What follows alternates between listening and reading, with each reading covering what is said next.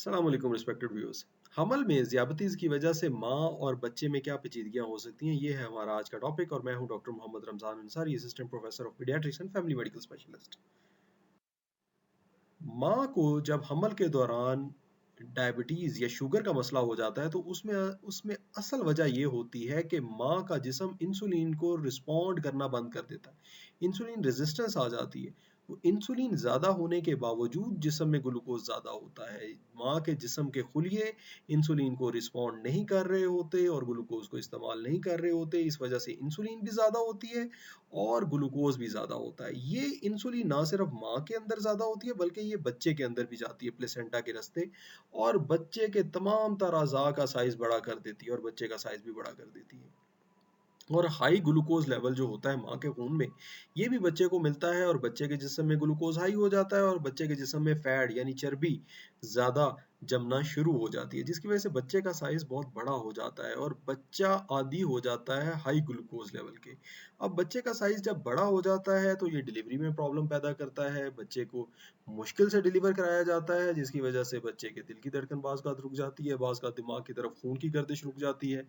बच्चे को जब ज़्यादा देर इस मसले में बच्चा स्टक रहता है तो उसकी वजह से माजूरी आने का बच्चे के ऊपर माजूरी आने का ख़तरा होता है। फिर बच्चे को अगर लाज़मन नॉर्मल डिलीवरी के ऊपर ही जो है वो पेरेंट्स लगे रहे नहीं जी हमने नॉर्मली डिलीवर कराना है तो फिर बच्चे के दिमाग में खून बह जाता है, उससे माजूरी आती है।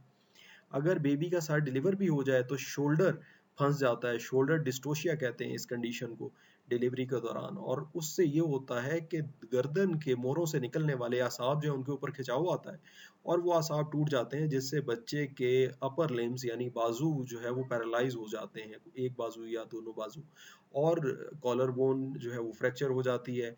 फिर इस तरह के बच्चे को जब डिलीवर किया जाता है तो उसके बाद भी बेइंतहा मसले आते हैं क्योंकि ये बच्चा ज़्यादा ग्लूकोज का आदी हो गया होता है, तो ग्लूकोज इसको लगातार ज़्यादा ही चाहिए होता है। इसको कैल्शियम इसमें कम होने के इम्कानात बहुत ज़्यादा होते हैं, मैग्नीशियम कम होने के इम्कानात बहुत ज़्यादा होते हैं, तो इन बच्चों को ऐड ऑन कैल्शियम देना पड़ता है, ऐड ऑन ग्लूकोज देना पड़ता है ताकि इनके जिस्म की ज़्यादा ज़रूरियात को पूरा किया जा सके। फिर क्योंकि डिलीवरी इनकी नॉर्मल रास्ते से नहीं हो सकती इस वजह से फिर सी सेक्शन ही करना पड़ता है।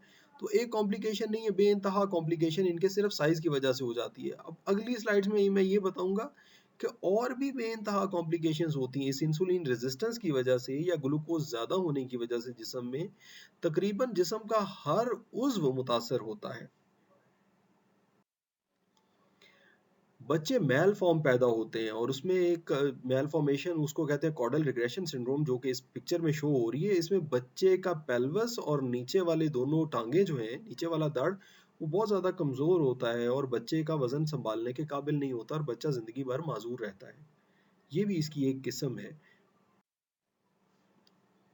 इन बच्चों को कंजेनिटल बहुत सारी एबनॉर्मेलिटीज़ होती हैं, साइज़ बड़ा होता है, इस वजह से बर्थ ट्रॉमा होता है, बच्चों का साँस घुट जाना पैदाइश के वक़्त या पैदाइश के प्रोसेस के दौरान बड़ी कॉमन सी बात है। फेफड़े कमज़ोर होते हैं, इस वजह से पैदाइशी निमोनिया होता है इन बच्चों को, इनको उनका ग्लूकोज़ बहुत कम हो जाता है, ग्लूकोज़ क्योंकि ज़्यादा ज़रूरत होती है और इतनी ज़्यादा ज़रूरत सिर्फ़ दूध से पूरी नहीं की जा सकती, इस वजह से इन बच्चों को आमतौर पे ड्रिप लगानी पड़ती है। लेकिन अगर कभी ड्रिप ना लगे किसी बच्चे को बाज़-औक़ात जो है वो एक टाइम पे ठीक आ रहा होता है ब्लड शुगर, बच्चा दूध भी एक आध पी लेता है लेकिन उसके बाद दोबारा ग्लूकोज़ लेवल कम होना शुरू हो जाता है, उसकी वजह से दिमाग को नुकसान होता है, झटके होते हैं इन बच्चों को, बहुत नुकसान होता है बच्चों को। इन बच्चों में पैदाइशी यरकान के भी इम्कानात बहुत ज़्यादा होते हैं आम बच्चों की निस्बत और खून भी गाढ़ा हो जाता है क्योंकि इंसुलिन के असर में खून भी ज़्यादा बनता है इन बच्चों में। फिर दिमाग की बात करें तो दिमाग में तकरीबन हर तरह का मसाइल ये इन्फेंट ऑफ डायबिटिक मदर जिन माओं में शुगर होती है, शुगर का मर्ज़ तकरीबन बच्चे में हर तरह का दिमागी प्रॉब्लम पैदा कर सकता है। उसमें यहाँ तक हो सकता है कि बच्चे का दिमाग बने ही ना या पीठ पे उसके कोई दिमाग वाला फोड़ा हो, जिसके अंदर पानी वाला फोड़ा होता है, जिसमें दिमाग का कुछ हिस्सा आया होता है और बच्चा ज़हनी तौर पे माज़ूर होते हैं ऐसे बच्चे। सांस की बात करें तो फेफड़े कमज़ोर होते हैं और पैदाइशी निमोनिया होता है। दिल की बात करें तो दिल की बीमारियाँ बहुत सारी होती हैं, उसके साथ दिल के पट्टे बहुत ज़्यादा मोटे हो जाते हैं और जो मोटे पट्टे हैं वो काम सही नहीं कर सकते। इसको एसिमेट्रिकल सेप्टल हाइपरट्रॉफी कहते हैं।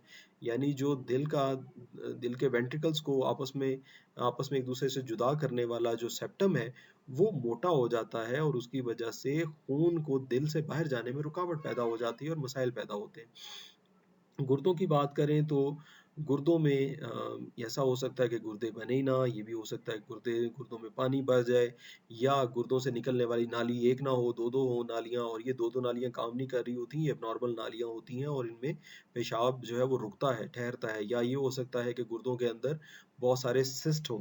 अंतड़ियों की बात करें तो अंतड़ियों का किसी जगह पे काम ना करना या किसी जगह पे ब्लॉक होना या किसी जगह पे बने ही ना होना, ये भी इसी की कॉम्प्लिकेशंस हैं इन्फेंट ऑफ डायबिटिक मदर में। तो इन मदर्स को हर सूरत में अपना ग्लूकोज लेवल कंट्रोल करना चाहिए, अपने डॉक्टर के मुआलिज के मशवरे पे लाजमन अमल करना चाहिए ताकि बाद की पशेमानी से बच सकें। ये थी व्यूअर्स मेरी आज की वीडियो। उम्मीद है आप लोगों को इस वीडियो से काफ़ी सारा नॉलेज मिला होगा और मुझे उम्मीद है कि आप मेरे मशवरों पे अमल भी करेंगे और मेरी वीडियो को लाइक भी करेंगे और चैनल को सब्सक्राइब भी करेंगे। Thank you very much. अस्सलाम वालेकुम।